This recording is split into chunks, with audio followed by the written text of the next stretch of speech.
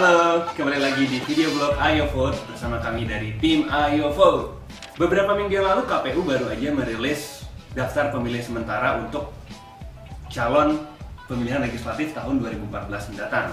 Cuma ada permasalahannya. Permasalahannya apa aja sih? Di sini akan kita bahas. Tapi kenapa sih daftar pemilih sementara atau daftar pemilih tetap itu penting? Ya karena DPS dan DPT itu menentukan siapa saja yang punya hak suara untuk datang ke TPS pada hari pemilu nanti. Makanya di dalam daftar itu menentukan ada nama lo nggak di situ.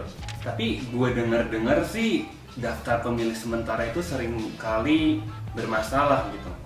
Sebenarnya DPT itu udah jadi berapa kali ya permasalahan. Jadi masalah tuh di 2009 kemarin. Contohnya banyak manipulasi lah, penggelembungan gitu. Dihitungnya kalau nggak salah itu sekitar ada 171 juta pemilih.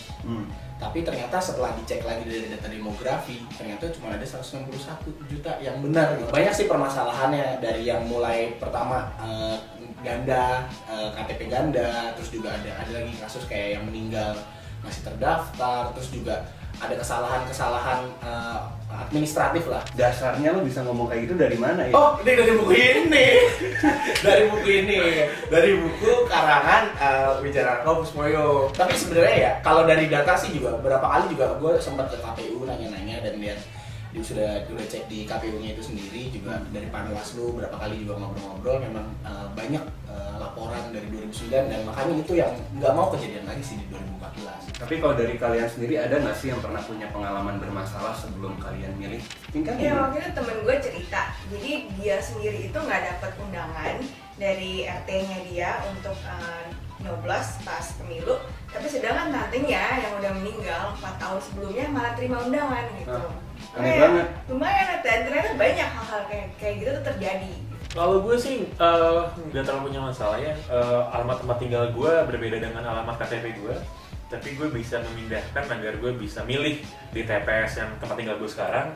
Jadi kalau gue sih nggak ada masalah sih selama ini.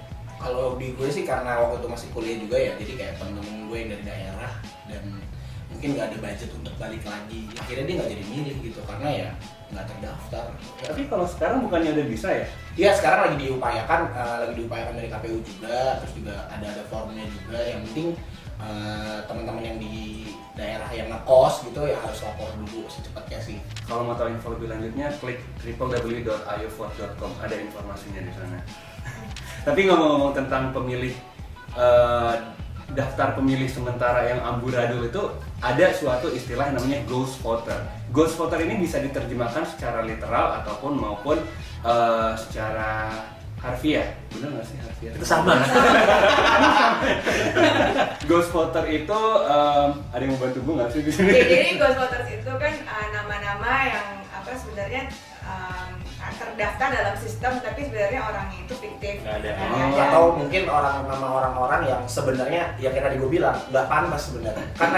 Kan ada syarat-syaratnya gitulah kalau yang mau jadi pemilih itu kan KPU kan udah menjelaskan pemilih itu kalau nggak 17 tahun, minimal 17 tahun, sudah pernah menikah atau sudah pernah menikah, terus dia WNI, terus dia nggak akalnya akal sehat gitu, terus juga bukan TNI atau Polri, itu kan nggak boleh. Terus ya kayak gitu-gitu. Nah ya masih hidup juga gitu. Nah itu kan yang agak-agak paling penting. Ya, itu paling penting sih. Nah itu yang agak-agak yang itu dibilangnya Ghost voters ya. Dan juga ada kasus juga di mana namanya ganda.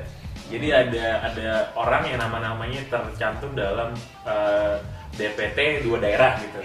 Nah itu juga bisa disalahgunakan nanti suaranya. Atau yang kayak kesalahan kayak misalkan kayak nama gue misalkan gitu, Disna Arfens gitu. Tapi ternyata tercantumnya itu Disna A Arfens gitu, kayak salah ketik gitu. Cuma salah gitu doang. Salah kata nggak boleh juga. Salah huruf pun nggak boleh. Nah, tapi ngomongin ghost voter itu, yang gue tahu sih ghost voter itu beneran ghost voter, artinya tuh pemilih hantu. Kayaknya gue pernah denger di mana gitu ada pemilih hantu yang terdaftar namanya pocong, sundel bolong, bener nggak sih? Gimana? Kalau yang dari gue lihat sih, yang waktu gue ngecek sih di itu Pilkada Jateng, Jawa Tengah. Yang tahun 2013 ini? Iya, ada namanya, ada apa sih, Gundurwo lah, terdaftar. Gue bingung sih sebenarnya, ini panitianya gimana nih ngecek? Serem banget.